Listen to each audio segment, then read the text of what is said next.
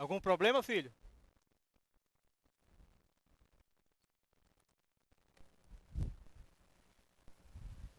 Filho, algum problema?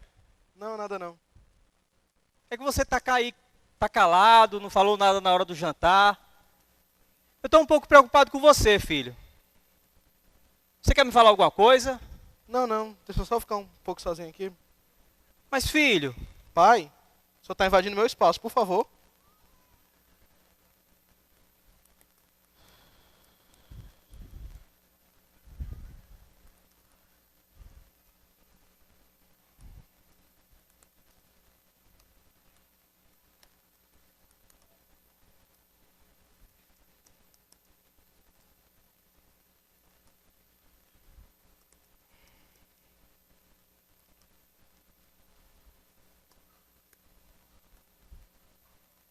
será que ele tá teclando aí? Será que é aquela história de tweet? MSN, Orkut? Pai querendo puxar assunto. Ninguém merece.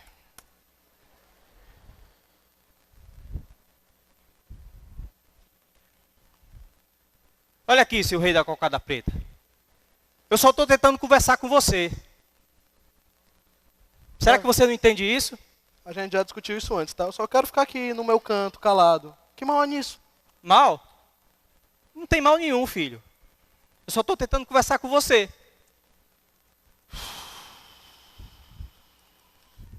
Pai, não dá, pai. Você acha que eu não me importo? Ver você aí sentado, triste. Conversa fiada, pai. Outro dia eu fui querer conversar contigo, uma conversa séria mesmo. O senhor ficou lá assistindo jogo na televisão, tava nem aí pra mim.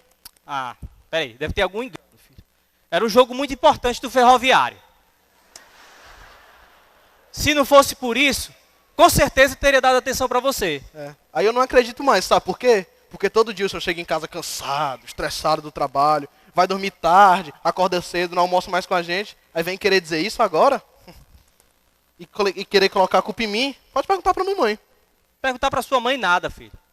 Eu faço isso porque eu quero dar o melhor para você, para sua mãe. Você acha que eu gosto disso? Você acha que eu gosto de chegar tarde? Mas o senhor não entende que não é isso que importa.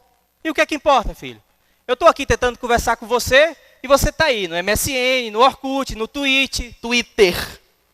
Com 3 T's. 3 T's? É, um no meio e 2 no começo do meio. Ah, isso aí não importa, filho. Isso aí não importa para mim. É? E o que importa pra O que você? importa é porque eu estou aqui tentando conversar com você e você não está nem aí. Pai, o senhor nunca me ouve. Hã? O senhor nunca me ouve. O quê? O senhor nunca me ouve. Nunca me ouve. Toda vez que eu tento falar alguma coisa contigo, alguma coisa séria, assim. Ou o senhor tá vendo o jogo do Ferroviário e o Espiropó do Campeonato Cearense. Ou então, o senhor tá estressado, ou tá fazendo trabalho. Parece que só o senhor não percebe isso, né?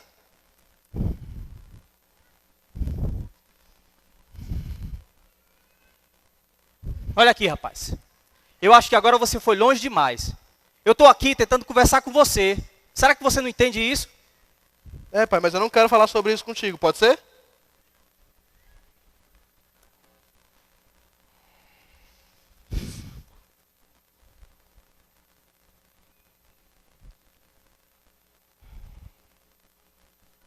Aonde nós chegamos? O que é que eu posso fazer para mudar essa situação?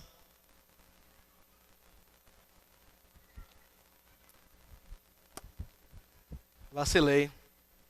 Não devia ter falado assim com o meu velho. Abra sua Bíblia no livro de Lucas, capítulo 2. Lucas, capítulo 2, versículos 41 a 51. Lucas, capítulo 2, versículos de número 41 a 51. Diz assim a palavra de Deus: todos os anos, seus pais iam a Jerusalém para a festa da Páscoa.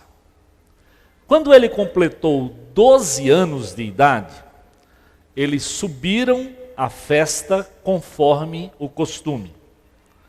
Terminada a festa, voltando seus pais para casa, o menino Jesus ficou em Jerusalém sem que eles percebessem. Pensando que ele estava entre os companheiros de viagem, caminharam o dia todo. Então começaram a procurá-lo entre os seus parentes e conhecidos. Não o encontrando, voltaram a Jerusalém para procurá-lo.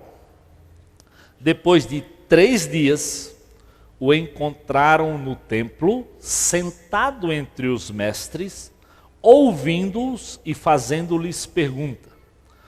Todos os que o ouviam ficavam maravilhados com o seu entendimento e com as suas respostas. Quando seus pais o viram, ficaram perplexos. Sua mãe lhe disse: filho, por que você nos fez isto? Seu pai e eu estávamos aflitos à sua procura. E ele perguntou: por que vocês estavam me procurando? Não sabiam que eu devia estar na casa de meu pai? Mas eles não compreenderam o que ele dizia. Então foi com eles para Nazaré e era-lhe obediente. Sua mãe, porém, guardava todas essas coisas em seu coração. Senhor Jesus, obrigado porque a Tua palavra nos fala da relação pais e filhos adolescentes. E hoje, Senhor, nós queremos olhar para essa porção da Tua palavra registrado em Lucas e tirar para cada família aqui presente, Senhor, para cada adolescente, para cada jovem, Senhor, lições preciosas que facilitem, que façam realmente nos entender e compreender que no Senhor nós temos esse ponto de encontro. Nós podemos compreender que mesmo sendo de gerações tão distintas como a peça narrou, Senhor, nós podemos encontrar no Senhor a unidade que nós precisamos para viver uma vida que não permita que a ideia de família se apague. Prepara assim os nossos corações. Fala conosco, Senhor, é o meu pedido em nome de Jesus. Amém. Há uma frase que C.S. Lewis escreveu: há uma mãe muito aflita com filhos adolescentes dentro de casa. E ele disse o seguinte: os únicos lares normais são aqueles que nós não conhecemos bem, assim como as únicas montanhas bem azuis são aquelas que ficam a mais de 10 quilômetros de distância. A adolescência é revestida de muitas mudanças. Mudanças físicas, mudanças espirituais, mudanças emocionais. E todos nós, com certeza, já vivemos um clima de mudança. Eu gostaria de perguntar, quem aqui já fez a mudança do escritório ou a mudança da sua casa de um lugar para outro? Vamos lá. Opa, então tem uma boa turma que sabe como é a mudança, né? Então toda vez que nós mudamos, durante aquele período da mudança até o ajuste, há muitos desencontros, há muitas incertezas. Você procura determinadas coisas e você não sabe aonde ela está. Então, nós admitimos que é natural num processo de mudança esse tipo de ajuste. E às vezes nós não nos percebemos que a adolescência é exatamente um período de muita mudança na vida dos nossos filhos. E mais grave, O que normalmente nós não percebemos é que durante a adolescência dos nossos filhos, normalmente nós pais estamos entrando ou vivendo o que a turma chama da meia-idade, que também é um período difícil para nós, porque durante a meia-idade é natural que você se questione sobre as opções que você fez, sobre a profissão que você exerce, se você escolheu o correto, se era isso mesmo que você tinha sonhado para a vida. E o que é incrível é que às vezes, mesmo que profissionalmente você esteja bem sucedido, às vezes lá no fundo, você é tentado a achar que não, que você devia ter feito outra opção, que você devia ter pensado. Então, é natural que pessoas da meia-idade também estejam vivendo o drama de uma série de mudanças ou sonhando que eles deviam ter feito opções diferentes. Então veja só, coincide a adolescência dos filhos e a famosa meia-idade dos pais. E sabe o que é que coincide? Normalmente, os avós, ou seja, os pais daqueles que são pais daquele adolescente, estão entrando na famosa terceira idade. E o pai, de um lado, olha para o adolescente e suas mudanças, olha para ele mesmo, olha para a próxima geração, vendo o pai se ajustar, pensando em aposentadoria, como é que vai ser. Então, são tantas mudanças no seio de uma mesma família, que às vezes esse famoso conflito de gerações não é muito bem aceito, não se compreende que esse é um período como qualquer período de mudança, que precisa de ajustes, com certeza, que precisa se colocar as coisas no lugar, mas nem sempre nós conseguimos colocá-las na rapidez que nós gostaríamos, principalmente quando o assunto é relacionamento, é respeitar o tempo do outro, o espaço do outro, o sonho do outro. Então, é um período muito difícil. Eu diria que esse é o momento mais propício da gente lembrar daquilo que o salmista nos faz lembrar no Salmo 121, 1 e 2, quando ele diz assim: eu elevo os meus olhos para os montes e digo, de onde me virá o socorro? O meu socorro vem do Senhor, que fez os céus e a terra. Eu lembro que quando os meus filhos iam entrar na adolescência, eu tinha ouvido tanta coisa sobre adolescente, e eu era diretor de escola, percebia como não era fácil lidar com a adolescência dentro da escola, e de vez em quando eu ouvia aquela famosa frase, terrível frase diabólica, que diz assim: adolescente é aborrecente. E nós não compreendemos que isso não é verdade, é um período de ajuste e de acerto. Eu tinha tanto medo, que eu lembro que durante a adolescência dos meus filhos, eu fiz um propósito diante de Deus, de orar por eles todos os dias, e orar com imposição de mãos, para que Deus me capacitasse, para que Deus me desse sabedoria, de compreendê-los e ajudá-los durante a sua própria adolescência. É uma fase desafiadora mesmo, que todos nós um dia já passamos, que talvez aqueles que são mais jovens vão passar, e que é preciso compreensão. É durante a adolescência que vem e que surgem, como diz a peça, muitas perguntas, muitos questionamentos, muitas visão diferente. É necessário, ou é sempre uma fase em que o filho diz assim: pai, deixa eu vestir a roupa que eu quiser, né? Você lembra aquela roupa assim, a calça lá embaixo, você começa a ver às vezes até a peça íntima, e você fica, meu Deus, que roupa doida é essa que esse menino está usando? Por que essa calça desse jeito? Bota assim. E nós estamos sempre tentando ajustá-los. E eles costumam dizer, pai, você não pode me obrigar mais, para com isso, fica aí. Pai, você não me entende, você não está percebendo aqui o que é que eu estou procurando.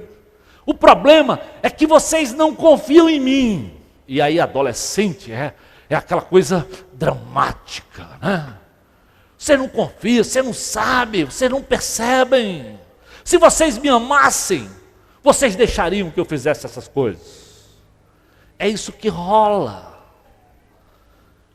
E às vezes nós nos esquecemos que de verdade, todos nós estamos num crescimento. É interessante que logo depois desse texto de Lucas 2, de 1 a 51, no versículo 52 de Lucas 2, diz assim, que até o Senhor Jesus, o menino Jesus, ia crescendo em sabedoria, estatura e graça diante de Deus e dos homens. Ou seja, é um processo natural que durante a adolescência, o meu filho, o seu filho, a sua filha, a minha filha, possam ir vivendo de ajuste, de crescimento.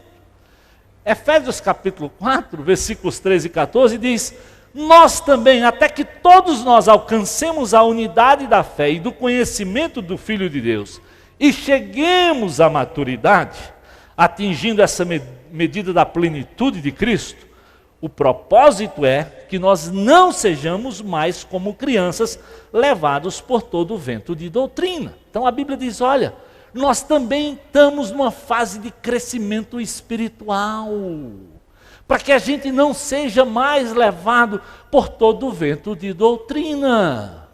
Então, há um crescimento espiritual nosso, há um crescimento espiritual dos adolescentes e um crescimento físico.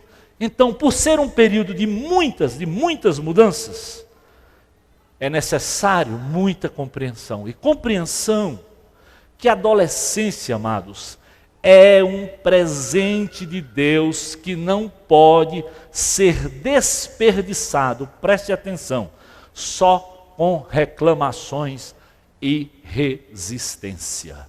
Em nome de Jesus, não permita que a adolescência dos seus filhos seja um período só para reclamações e resistência. Isso não é verdade. Isso não é o que Deus espera. Nós precisamos sim ler mais sobre o assunto e tem muitos livros interessantes sobre como conseguir lidar com um adolescente.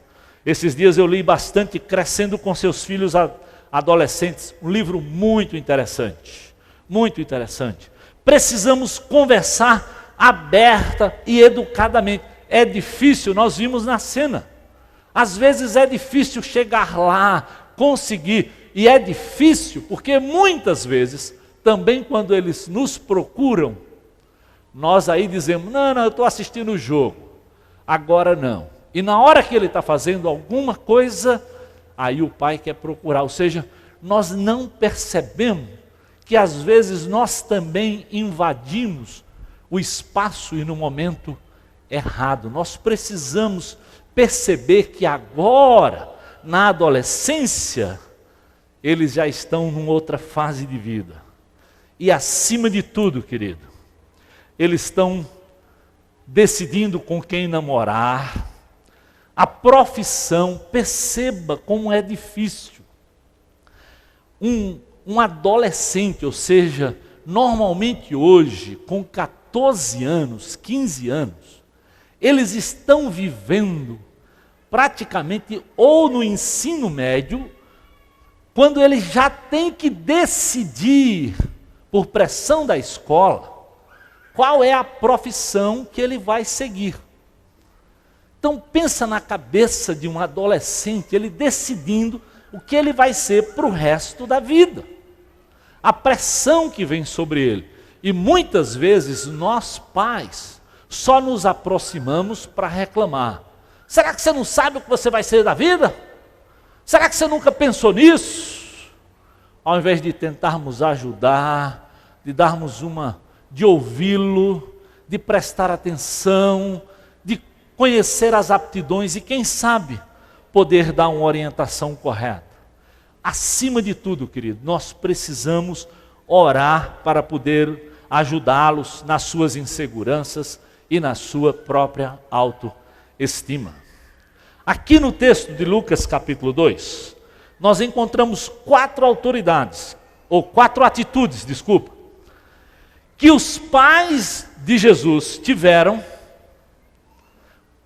que contribuiu para que essa ideia chamada família não se apagasse no meio deles. A primeira grande atitude foi: eles compreenderam a necessidade de uma maior autonomia.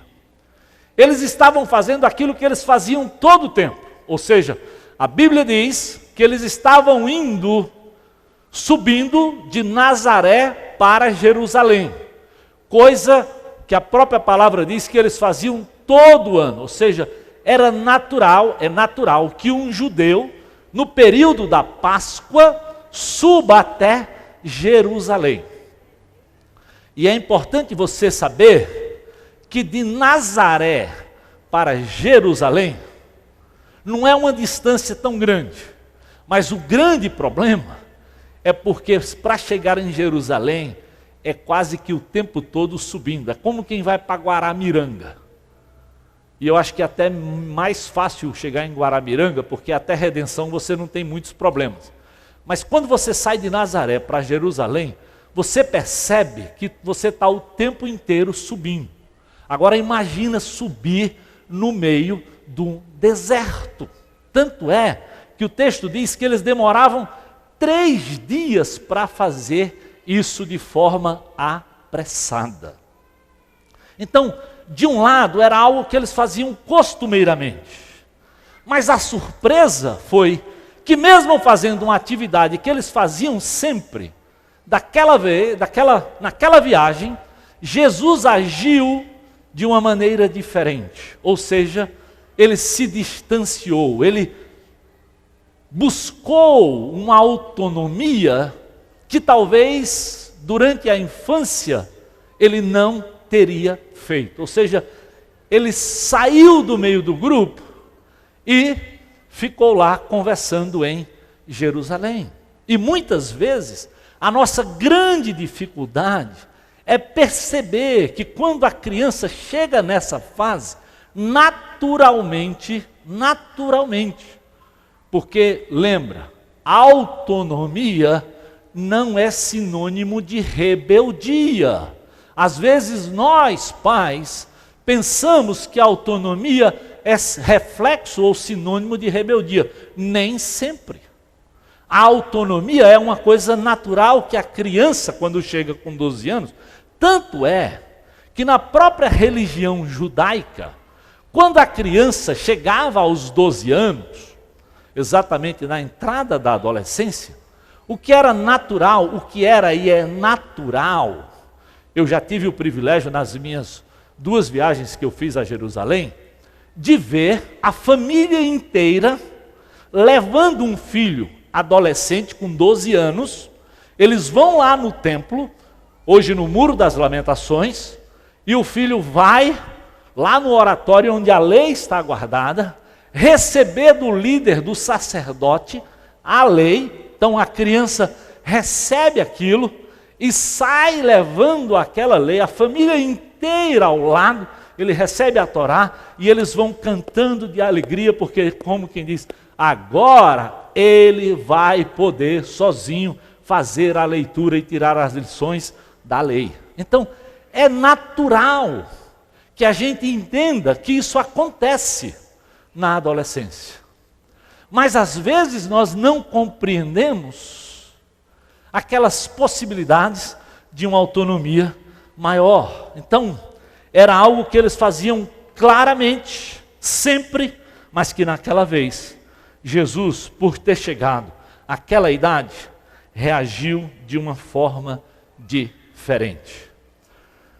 Eu lembro muito claramente que quando meus filhos chegaram na adolescência, e eu, diretor do colégio, sempre era eu que quase sempre tinha o privilégio de levá-los na escola, porque eu entrava também cedo na escola, ou às vezes nós íamos juntos, eu e Edna, porque nós trabalhávamos lá, e sempre nós dávamos um beijinho na hora de descer na escola, no portão da escola, ainda dentro do carro. E eu lembro que uma vez, na adolescência, ele disse assim: pai, aqui na porta não, está todo mundo lá. Eu achei aquela colocação assim, mas a vida inteira esse camarada resolveu, né? Essa menina resolveu, e agora, pai, não. Outra vez nós costumávamos sair muito em família, num sábado ia para o shopping, e disseram assim: pai, o senhor vai para onde? Eu vou para o shopping, vocês vão para onde? Vamos junto.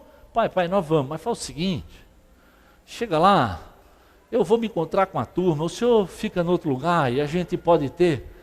Eu lembro que eu fiquei processando sobre essa necessidade de autonomia.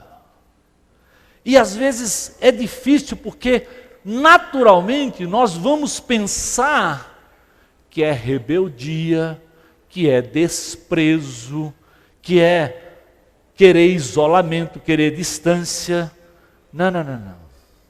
Às vezes nós precisamos sim dar mais autonomia e talvez estabelecer alguns cuidados com o início dessa autonomia. Por exemplo, se eles querem ir para uma festa que você pensa que o bairro lá, onde vai ser a festa, onde eles vão se encontrar, não é muito seguro, por que você não experimenta e levar e marcar de depois ir buscar? O problema, queridos, é que muitos pais, nessa hora, não querem pagar o preço de continuar acompanhando, mesmo dando mais autonomia. Eu lembro de uma família que decidiu, quando os filhos chegaram exatamente nessa idade, levavam e davam o dinheiro para os adolescentes apanhar um táxi de volta. E depois eles descobriram que muitas vezes aquele dinheiro que era para pegar o táxi, eles usavam indevidamente e às vezes voltavam a pé. Era um risco dobrado. Muitas vezes usaram para comprar bebida alcoólica e às vezes ainda voltavam a pé, correndo o risco de transitar numa cidade como Fortaleza a pé durante a madrugada. Mas isso aconteceu por quê? Porque nem sempre nós percebemos que essa autonomia é necessária, mas que nós precisamos ainda continuar cuidando, buscando um meio, não sendo chato, mas oferecendo possibilidades de acompanhar com eles. Eu lembro muito claramente que durante a adolescência dos meus filhos, teve uma festa de um pessoal da igreja, e que era para ir com roupas ou alguma coisa fosforescente, né? E os meus filhos decidiram colocar um cabelo verde e outro azul. E eu fui lá no centro da cidade comprar aquelas tintas, e eu ficava pensando: meu Deus, pensa aí, eu pastor, aqui comprando um negócio desse. Eu preciso dizer para vocês que, para os meus conceitos, aquilo mexeu com a minha cabeça. Mas eu lembro que uma vez eu li um depoimento do Larry Crabb, contando quando o seu filho, já entrando na universidade, teve um comportamento tão errado que foi sugerido a expulsão dele da universidade. E ele pensou: ir para uma reunião na universidade, eu, pastor, onde o meu filho está sendo desafiado para ser expulso daquela. Então, a vontade é de tratar só com dureza. E ele disse: Deus me fez ponderar para perguntar para o meu filho: aonde é que eu posso lhe ajudar? Que contribuição como pai, como pastor, meu filho, eu posso ter para que isso mude na sua vida e para que isso não aconteça outra vez? Então, lidar com esse fenômeno da autonomia não é muito simples, não é muito fácil. É difícil às vezes para nós realmente compreendermos tudo o que eles estão vivendo, tudo o que eles estão passando. A segunda grande atitude é: não desista. Olha o texto, diz assim, olha: não o encontrando, voltaram para Jerusalém para procurá-lo. Só depois de 3 dias o encontraram no templo, sentado entre os mestres, ouvindo e fazendo-lhes perguntas. Talvez durante aquele tempo é difícil você acreditar. Onde será que esse menino ficou? Por que será que ele está reagindo assim? E eu quero dizer para vocês que uma das coisas que me ajudou muito quando eu fiz essas perguntas, sabe o que foi?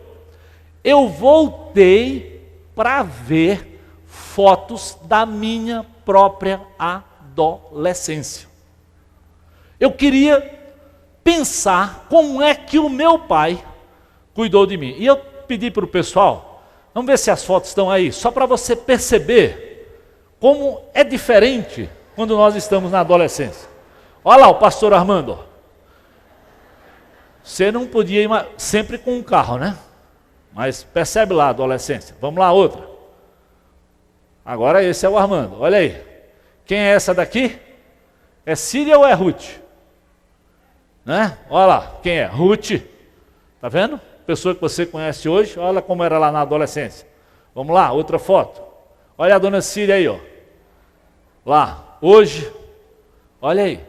Então, às vezes na adolescência, vamos lá pro pastorzão aqui. Não, esse aí é o Paulo. Olha aí o Paulão, como era. Agora, ó. Não dá.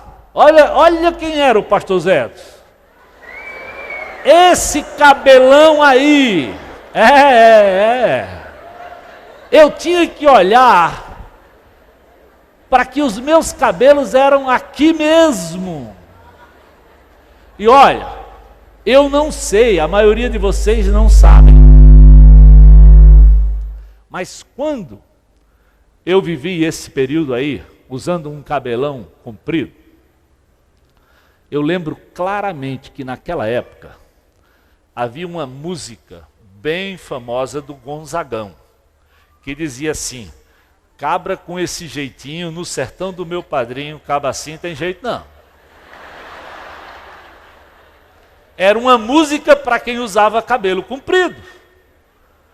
E durante a adolescência dos meus filhos, eu perguntei para o meu pai: pai, como é que o senhor conseguiu conviver com a minha adolescência? Cabelão, roupa, calça do tamanho do mundo, sapato cavalo de aço, aquela doideira toda, que não é nem um pouco diferente. Eu preciso dizer para vocês que para que eu tivesse esperança na adolescência dos meus filhos, eu precisei olhar para a minha própria adolescência.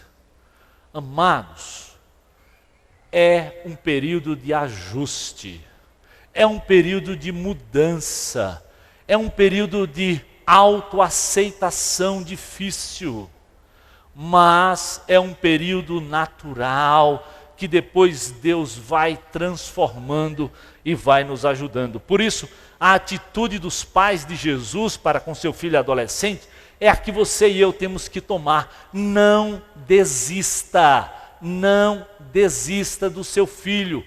Vai ao encontro dele. Se você tem que caminhar 3 dias subindo o deserto, ladeira acima, para encontrar com ele, por favor, pague o preço. Vá, tente conversar, abra o diálogo, bata na porta, faça aquilo que Jesus faz comigo e com você. Eis que estou à porta e bato. Se você abrir, eu vou bater um papo contigo. Às vezes nós achamos que, não, eu já tentei, ele não me retornou, agora é problema dele. Não é assim. Nós não encontramos esse modelo. Deus não te abandona e não me abandona, mesmo que você esteja errado e que eu esteja errado. A Bíblia diz o quê? Que todo dia Ele renova sobre a tua vida e a minha vida graça e misericórdia. Então, os pais de Jesus decidiram procurar o filho, andando 3 dias, ladeira acima, deserto acima, até que encontrassem o filho novamente em Jerusalém. Domingo passado nós vimos aquele texto sobre a criança, e a Bíblia diz o quê? Pai, ensina o seu filho ao levantar, ao dormir, ao andar com ele, ou seja, todo tempo você tem que tomar a iniciativa e procurar o seu filho.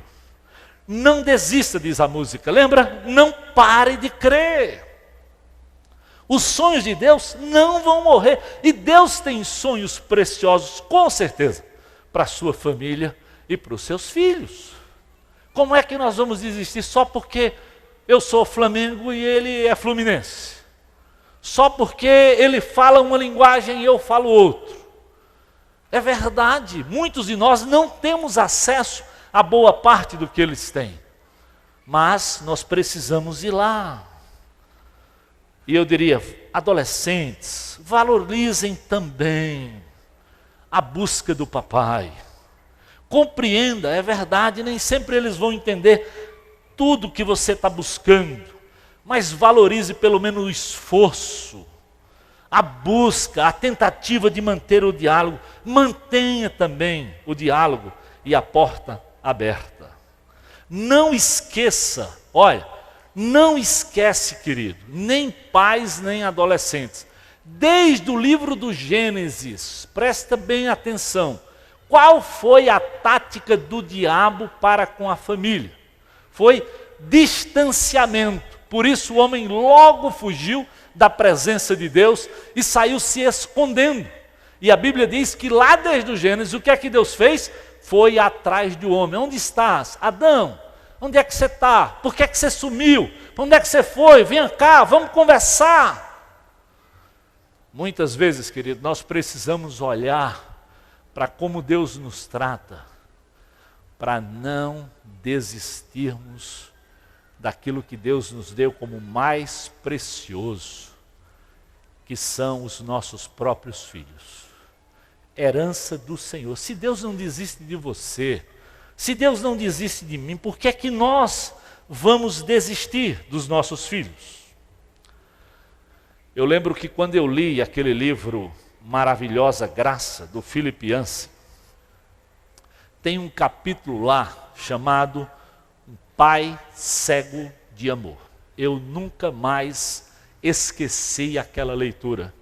E eu quero fazer parte da leitura daquele capítulo. Ele diz assim: não faz muito tempo, um pastor amigo meu me contou que lutava com sua filha de 15 anos de idade.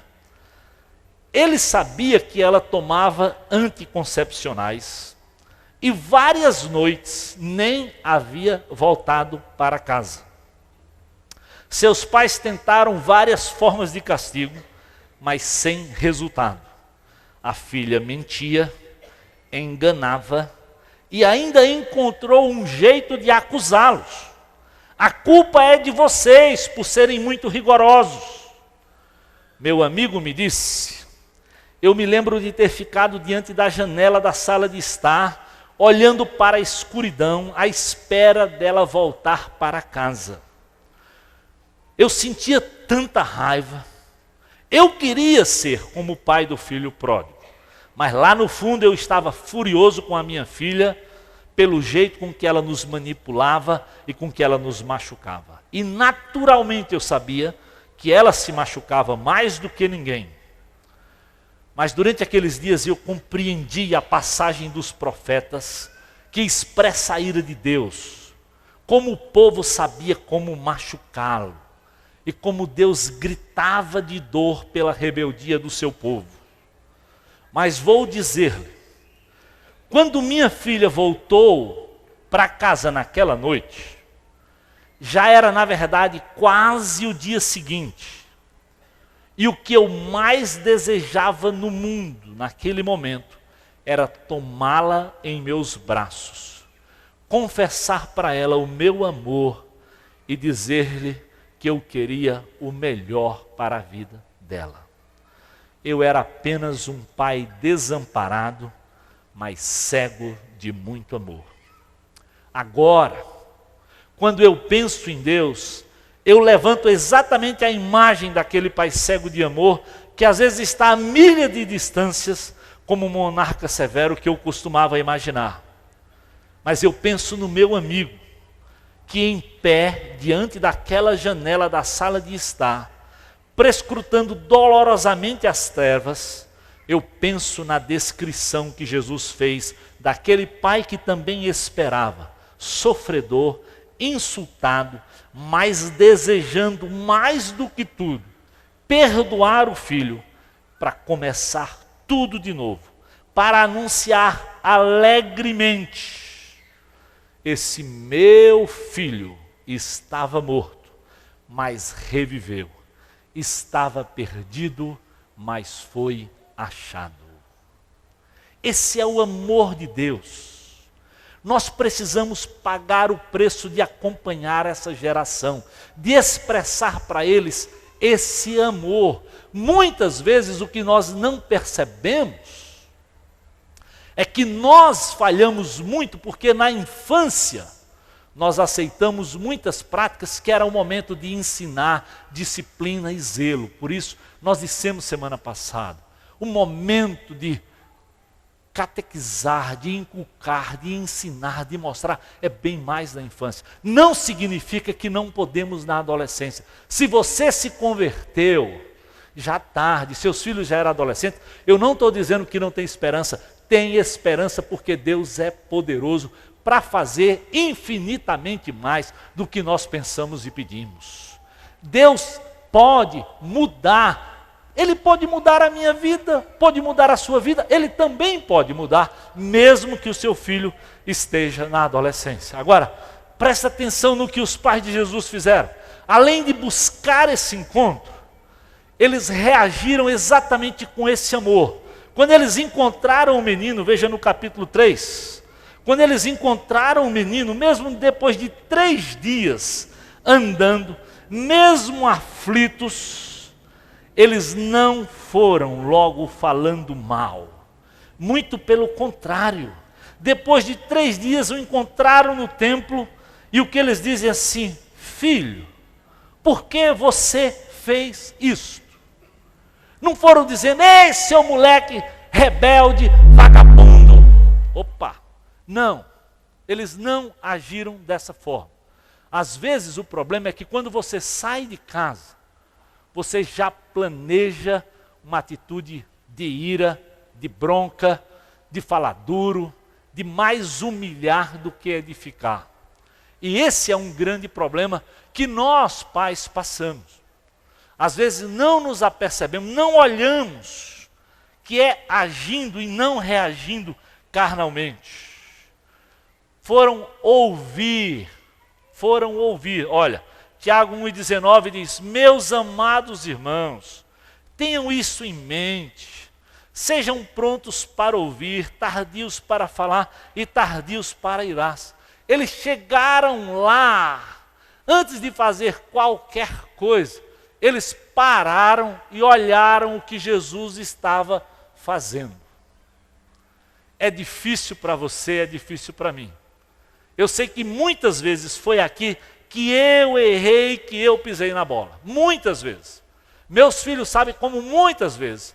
Até porque muitas vezes minha esposa foi instrumento de Deus para me dizer: você errou, você reagiu, você não agiu do ponto de vista correto.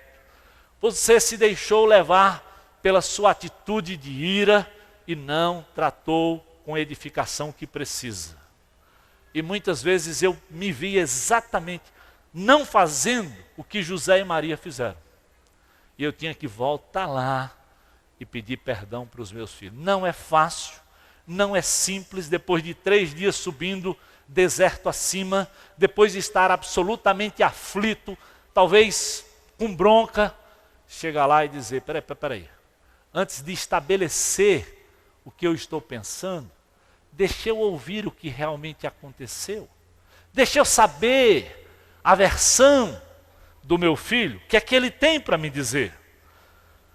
A Bíblia diz em Provérbios 18, 13, olha, quem responde antes de ouvir, comete insensatez e passa vergonha. Presta bem, Provérbios 18, 13. Quem responde antes de ouvir, comete insensatez e passa vergonha. É preciso, querido, saber, é preciso conversar, é preciso ter um entendimento de toda a situação antes de sair xingando, falando mal, colocando para baixo. Às vezes nós não nos atemos que a autoestima de um adolescente naturalmente já não é o seu ponto forte. E se nós, como pais, vamos contribuir para aquilo ser rebaixado ainda mais, nós com certeza vamos nos distanciar. E essa é uma atitude bonita, que apesar de todo esforço, de todo preço pago, toda aflição vivida, eles não chegaram lá montando barraco, ou xingando, ou falando bobagem. A última coisa que eles fizeram, Lucas 2, versículo de número 48. Quando viram, ficaram perplexos. Sua mãe disse, né? Filho, por que você não fez isso? Nós estávamos aflitos. Mas primeiro, eles ficaram perplexos, maravilhados, diz o versículo 47. Primeiro eles conseguiram ver coisas boas na vida de Jesus. E o que é interessante, adolescentes, presta atenção que isso aqui para você é importante. Jesus estava lá, primeiro ouvindo os mestres da lei. E eu quero dizer, adolescentes, vocês precisam também ouvir mais e ouvir os pais. Às vezes, uma grande dificuldade é porque vocês pensam que vocês são dono da cocada preta mesmo, que vocês sabem tudo, que seu pai é que não entende nada. Isso não é verdade, não é verdade. Não deixe que o diabo coloque isso na sua mente. Você precisa da maturidade, e você vai ver lá na frente como isso é real do que eu estou lhe dizendo. Como a experiência do papai e da mamãe podem lhe ajudar. É duro, dói no coração de uma mãe ver o filho fazendo opção errada. Essa semana, eu quero soltar um vídeo aí, eu quero para você perceber como é duro para o coração de uma mãe quando um filho adolescente faz uma opção absolutamente errada. Solta aquele vídeo lá, querido. Um garoto de 13 anos foi acorrentado pela mãe. Ela diz que foi a única forma que achou para manter o menino longe do crack. Esse adolescente, Carla, já se drogava desde os 12 anos. A mãe afirma que procurou ajuda e que não encontrou. Agora vai responder por maus tratos e pode pegar até 1 ano e 4 meses de prisão. Ela conversou com a nossa reportagem, mas não quis mostrar o rosto. Acorrentado. É assim que o garoto de 13 anos às vezes dorme 3 dias seguidos. Quando acorda, ele fica violento e sai quebrando tudo. Ele xinga, ele começa a falar que ele vai matar. A mãe diz que quando vai para a rua, o adolescente rouba para pagar pelas pedras de crack. A polícia já foi procurar por ele em casa. A polícia chegou, já vinha aqui na porta da minha casa. Falei pro policial que ele estava acorrentado. Ele falou, infelizmente, ou ele vai morrer na mão de bandido ou vai morrer na nossa mão. O Conselho Tutelar de Piracicaba encaminhou o garoto para o hospital. A mãe foi levada para a delegacia. O crime foi considerado leve. Não é maus tratos. Se tiver que acorrentar ele de novo, eu acorrento ele, sim. Para mim não ver ele morto. Percebe o que está no coração da mãe, adolescente?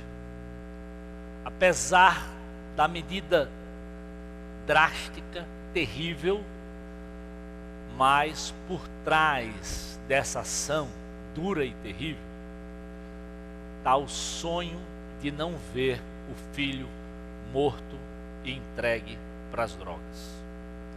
Isso, amados, é que muitas vezes vocês não compreendem. Até onde vai a coragem de uma mãe, de um pai, para tentar lhe ajudar a viver uma vida diferente e longe do pecado. É difícil compreender, com certeza. É uma atitude drástica, desesperadora. Eu espero que nenhum de nós, pais, precisemos ir para uma loucura dessa. Mas o que eu quero mostrar é que lá no fundo, apesar da loucura, o alvo da mãe é não deixar o filho morrer pelo uso errado das drogas. Então, Maria e José também foram ao encontro do menino, subiram. E quando chegaram lá, usaram palavras de afirmação, elogiaram, incentivaram, ficaram perplexos, maravilhados. E nós, pais, precisamos fazer isso, demonstrar o nosso apreço, demonstrar palavras de incentivo. Os filhos na adolescência, pais, precisam dessas palavras de afirmação, precisam do seu abraço, do seu apoio, dizer: estou contigo, vamos lá, quero te ajudar, quero estar ao lado, não estou entendendo, mas me conta o que é que passa no teu coração, para que eu possa te ajudar. E aqui vem a resposta do adolescente chamado Jesus, com 12 anos. E eu quero vocês, adolescentes, se liguem no que Jesus nos ensina. Primeira coisa, se ligue nos sentimentos dos seus pais. Com certeza, você precisa perceber o que está vivendo o seu pai, como no caso dessa mãe. Não era o desejo de ver o filho aprisionado. Não estavam aflitos Jesus e Maria por acaso. Não. Não era por acaso. Eles tinham perdido o filho e eles queriam ir à procura. É verdade que eles não compreendiam tudo. Eles não compreendiam, por exemplo, o lado divino de Jesus. Eles sabiam que com 12 anos ele devia ir ao templo. Mas eles não sabiam que por ele ser Deus, ele podia estar conversando naquele nível lá e naquela capacidade. Acredite, querido, nem sempre os pais querem invadir sua privacidade, como aqui no teatro ficou claro. Às vezes logo você acha que nós queremos, que o pai quer, ou a mãe quer invadir sua privacidade. Não, nós queremos saber, nós queremos ajudar, nós queremos muitas vezes entender,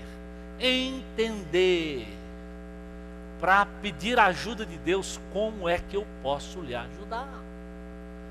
Não é fácil entender a mente de um adolescente. Vocês sabem disso. Às vezes você não compreende o seu amigo, teu amigo não te compreende. Você não fala, às vezes vocês são só monossilábicos. Foi? Tá bom? É isso mesmo? Ou dramáticos demais. Entenda o sentimento do papai. A segunda coisa, se ligue no nível de compreensão dos pais. É verdade, Maria e José não compreendiam tudo que Jesus estava debatendo lá no templo. Não compreendiam tudo, nem sabiam, nem imaginavam que ele tinha aquela capacidade. Mas presta de novo atenção, Jesus chega lá, primeiro ele ouve, ele pergunta e depois ele fala. Ô adolescente, se você primeiro ouvisse seus pais, se você primeiro perguntasse aos seus pais o que é que eles pensam dessa situação, para que depois você se expressasse. Se você olhasse só essa sequência do que aconteceu na vida de Jesus, com certeza você evitaria muitos problemas na sua relação com seus pais. E a terceira grande atitude, que Jesus mostra aqui para nós e para você, adolescente, é que ele era obediente. Isso aqui é muito importante. Com certeza, Jesus sabia mais do que Maria e do que José, porque ele era divino. Mas mesmo sabendo mais, ele não usou a prerrogativa que muitas vezes o adolescente quer usar. Eu sei, o velho é que não entende nada. Ele que não sabe da minha geração. Ele que não compreende mais. E você acha que isso é legal, ficar longe. Eu quero lhe dizer, não é. O diabo veio para nos destruir, para nos separar. A unidade é obra de Deus, é obra do Espírito. Você precisa dos seus pais precisam de vocês, para que a gente possa passar para as próximas gerações desse amor, desse poder do Deus que nós cremos e que Jesus, Maria e José passaram para nós como modelo. Então, a Bíblia diz que mesmo ele sabendo tudo, porque ele era e estava lá conversando, ele primeiro ouviu, depois ele perguntou, depois ele expressou a sua posição e, por último, ele foi obediente aos pais. Presta atenção no texto. Olha o que é que diz lá o versículo. Ele foi com eles, Lucas 2,51, ele foi com os pais para Nazaré e era-lhes o quê? Obediente. Adolescente, se liga, obediência aos pais não é invenção de ninguém senão de Deus. Se Jesus, que era o próprio Deus, deixou esse modelo de obediência aos pais, isso aqui serve para cada adolescente cristão, para cada adolescente dessa igreja. Precisa obedecer, porque a autoridade do pai foi dada por Deus, Deus colocou os pais como autoridade sobre você. Se você acha que o seu pai talvez não tenha feito as coisas corretas, não esquece daquilo que a Bíblia diz, olha, até o coração do rei está nas mãos do Senhor. Ore, Deus pode mudar o coração do seu pai, Deus pode mudar a atitude do papai e da mamãe. É verdade, eles podem estar errados. Tem mães que às vezes estão no lugar de mãe e pai, é muito peso, elas ficam aflitas, elas querem acertar, como essa mulher do vídeo, mas nem sempre a atitude é correta, mas a intenção, se você prestar atenção, era a melhor possível, era não perder o filho para as drogas. Então, será que você está achando que o papai está errado? Pois ore a Deus, Deus pode mudar o coração dele. É interessante que lá em 1 Pedro, eu gosto daquele texto, não está falando da relação pais e filhos, eu sei disso. 1 Pedro 2, 18 e 19, está falando dos escravos e dos seus senhores.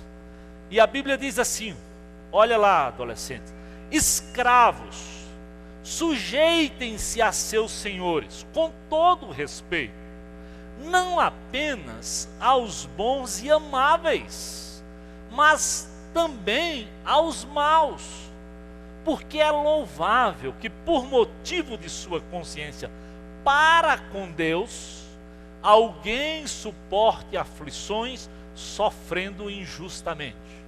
Então o texto diz, olha, mesmo quando você obedecer a um senhor, a um chefe, não era a relação pai e filho, eu estou entendendo isso, mas Deus diz, é louvável que você obedeça, porque Deus vai cuidar e Deus vai honrar. 1 Pedro 2,20, a Bíblia diz assim, que vantagem há de suportar açoites por terem cometido mal? Mas se vocês suportam sofrimento por terem feito bem, Isso é louvável diante de Deus. Ou seja, se o seu pai está fazendo errado e você suporta, por obediência a Deus, às vezes o erro do papai e da mamãe, a Bíblia diz que Deus vai cuidar e vai reivindicar o que você está vivendo. Acredite que a verdadeira justiça não é a que papai e mamãe exerce. A verdadeira justiça é aquela que o Senhor exerce sobre o coração do papai, da mamãe e também de você, adolescente. Deus continua lá e Ele vai, com certeza, agir, interceder ao seu favor. É interessante que ainda no texto de 1 Pedro, o modelo é de Jesus. Pedro diz, sabe ele, não cometeu pecado algum, nenhum engano foi encontrado em sua boca. Quando insultado, olha só, adolescente, ele não revidava. Quando sofria, não fazia ameaças, mas entregava-se àquele que julga retamente. 1 Pedro 2, versículos 22 e 23. O próprio Jesus suportou e suportava muitas coisas. Por isso, a Bíblia diz em Efésios 6, 2 e 3, honra teu pai e tua mãe, obedece, honre, esse é o primeiro mandamento com promessa, para que tudo te corra bem e tenhas vida longa sobre a terra. Desde o Velho Testamento, Deus diz, honre, obedeça pai e mãe, porque Deus vai te dar vida longa, Deus vai honrar a sua obediência, acredite nisso. Não é promessa do seu pai, é promessa do Senhor. Então, como é que o texto termina? Como é que o texto se completa lá em Lucas capítulo 2? A mãe guardava as coisas no coração e o filho ia crescendo em sabedoria, estatura e graça diante de Deus e diante dos homens. Hoje, queridos, é dia de se aproximar, porque é plano de Deus. Hoje é dia de nós pais, que estamos longe dos filhos, tomarmos a atitude que José e Maria tomaram, mesmo que estejamos aflitos, mesmo que talvez estejamos cansados, mesmo que estejamos com a sensação de que estamos subindo quilômetros e quilômetros deserto acima. Não fique imune ou inerte, não dê por entregue a vida dos seus filhos, seja para que pecado for, vá ao encontro, mostre o seu amor. Adolescentes, obedeça, busque seus pais, tente compreender o amor que está por trás da sua atitude. Deus quer, meus queridos, aproximação. O plano de Deus é a unidade. A Bíblia diz, ó, quão bom e agradável quando o povo de Deus vive em unidade. Quando uma família está unida. Rebeldia não é plano de Deus para a família, nem para você, adolescente. Então o desafio hoje, para todos nós, é olharmos para esse modelo e dizer, nós precisamos conversar. O nosso ponto de encontro, como diz a música, está no nosso Deus. É nele que nós encontramos amor, paz, bondade, longanimidade, mansidão e domínio próprio. Por isso, meu desafio hoje é, ore pelo seu filho adolescente. Adolescente, ore pelo seu pai, pela sua mãe e tome uma atitude corajosa. Eu vou obedecer em honra ao Senhor e vou orar pelos meus pais. Vamos orar? Ô Senhor, eu sei que o Senhor nos deixa na Tua palavra modelos como esse, para que a gente compreenda que a ideia de família não pode se apagar. Ô Jesus, nos livra daquele quadro que nós vimos no próprio teatro, de pais às vezes egoístas, que não buscam da forma coerente o diálogo com o filho, de filho que às vezes se isolam também dos pais. Ajuda-nos, ó Deus, mesmo aflitos, às vezes sofridos, cansados, exaustos, mas com disposição, em amor, de ir ao encontro dos nossos filhos e de demonstrar o nosso amor por eles.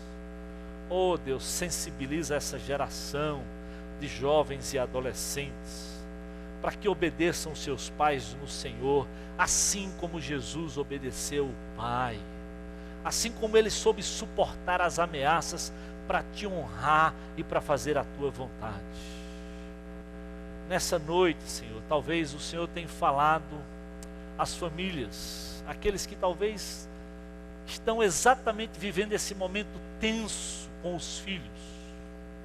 Eu não conheço a realidade de cada família, mas eu sei que o teu plano, Senhor, é que cada pai hoje vá ao encontro para conversar, para perdoar, para restaurar. Que cada adolescente tome o propósito de entender a luta, a aflição, o coração dos pais e obedecer. E se hoje Deus está falando com você, seja pai, seja adolescente, o plano de Deus, queridos, é restaurar, é unidade. E se você está dizendo como pai, pastor, eu renovo diante de Deus o meu compromisso. Eu vou subir, nem que seja 3 dias aflito, mas eu quero abrir o diálogo com meu filho. Eu, adolescente, quero buscar a obediência ao meu pai. Se esse é o desejo, aí onde você está, diz: pastor, eu estou tomando esse propósito. Eu quero que o Senhor ore por mim nesse instante. Se alguém, como família dessa igreja, crente, levanta a sua mão onde você está, diga: pastor, eu estou nessa, amém.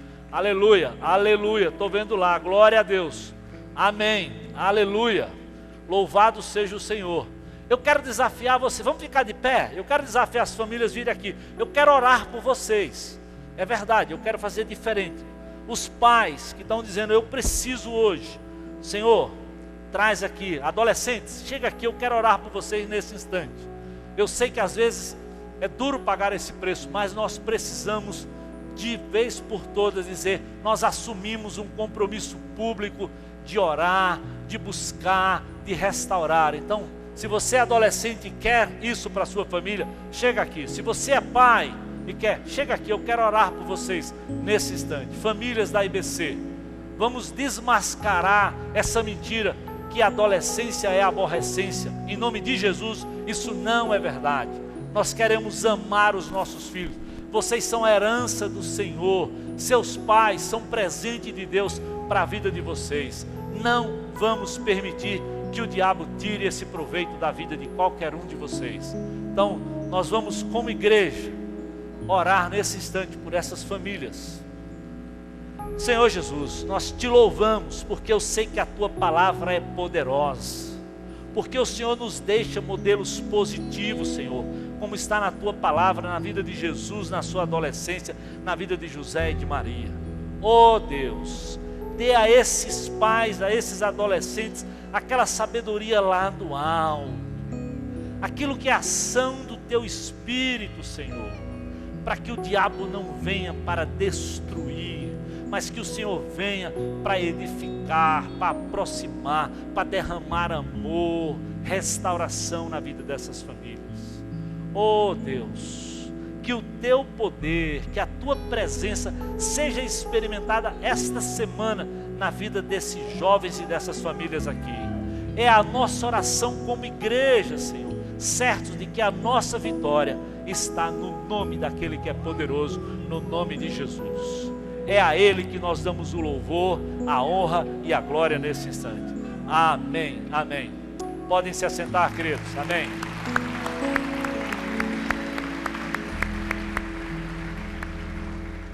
Se você está aqui e nunca entregou a sua vida a esse Pai precioso que é o Senhor Jesus, Ele te convida para te dar a vida eterna. Ele quer te dar a salvação. E se você está aqui e diz: pastor, pois hoje é o domingo que eu quero é entregar a minha vida a Jesus. Se há alguém aí onde você está, levanta a sua mão e diga: pastor, hoje eu quero é entregar a minha vida a Jesus. Há alguém no nosso meio que quer hoje, nessa noite, entregar a sua vida a Jesus, aí onde você está? Amém? Glória a Deus. Nem estou lhe vendo lá, mas amém. Há mais alguém? Esse é um momento de guerra, mas é preciso tomar essa decisão. Há mais alguém que está dizendo: eu quero hoje é entregar a minha vida a Jesus? Amém, aleluia, glória a Deus. Esse é o momento. Há mais alguém? Não fica com vergonha, diz: eu quero entregar a minha vida a Jesus. Se há mais alguém, levante a sua mão aí bem alto. Isso serve para pai, para adolescente, para jovem, para qualquer pessoa que não entregou a vida a Jesus. Há mais alguém? Obrigado, Senhor.